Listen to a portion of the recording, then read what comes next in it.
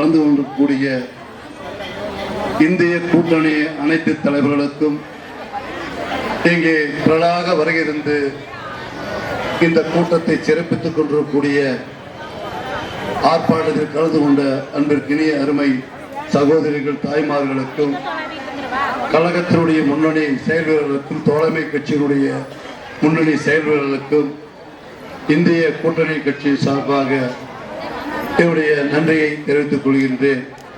தலைமை கழகத்தால் ஒரு அறிக்கை தயாரிக்கப்பட்டு முதலில் அதை படிக்க சொல்லியிருக்கின்றார்கள். அந்த அடிப்படையிலே அந்த பேச்சு குறிப்பு, பட்ஜெட் புறக்கணிப்பு, நிதி மறுப்பு, ஒன்றிய பாஜக அரசு தமிழ்நாட்டை வஞ்சிப்பதை தனக்கு இருக்கிற ஒரே தொழில் என்று கருதி செயல்பட்டுக் கொண்டிருக்கின்றது. நாட்டின் பொருளாதாரத்தில் 9 விழுக்காடு பங்களிப்பு செய்யும் தமிழ்நாட்டிற்கு ஒன்றிய அரசு ஓர வஞ்சனையைத்தான் தொடர்ந்து செய்து வருகிறது. ஒன்றிய பாஜக அரசின் பட்ஜெட்டில் தமிழ்நாட்டிற்கான கல்வி நிதி 3458 கோடி, 100 நாள் வேலை திட்டம் நிதி 2000 கோடி, குடிநீர் இணைப்பு திட்ட நிதி 3112 கோடி உள்ளிட்ட எந்த நிதியும் இடிக்காமல் வளர்ச்சி திட்டத்திற்கு ஒரு பைசா கூட ஒதுக்காமல் தமிழ்நாட்டு மக்களை புறக்கணித்துள்ளது ஒன்றிய பாஜக அரசு. இந்தியாவின் பொருளாதார வளர்ச்சிக்கு பெரும் பங்காற்றி வரும் தமிழ்நாட்டை ஒன்றிய பட்ஜெட்டில் தொடர்ந்து புறக்கணித்து வருகிறது பாஜக அரசு. நமக்கு நியாயமாக ஒதுக்க வேண்டிய நிதி, வளர்ச்சி நிதி என எதையும் தராததோடு வளர்ச்சி திட்டம் எதையும் ஒதுக்காமல் வஞ்சித்து வருகிறது ஒன்றிய பாஜக அரசு. அதற்கு துரோகம் செய்து வருகிறது எடப்பாடி எதிர்கட்சி.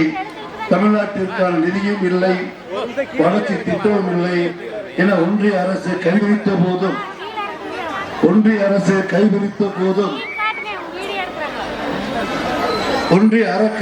புறக்கணித்த போதும் மாண்புமிகு முதலமைச்சர் அவர்களின் முயற்சியால் தமிழ்நாடு 11.19 என்ற இரட்டை இலக்கை பொருளாதார வளர்ச்சிக்கு நாட்டிலேயே சிறியும் பகுதியாக தவிர்த்து துரோகம் செய்திருக்கிறது. இலங்கை கடற்படையால் தமிழ்நாடு மீனவர்கள் தாக்கப்படும் போது கைது செய்யப்படுவதும் சுழல்களை ஆகிவிட்டது.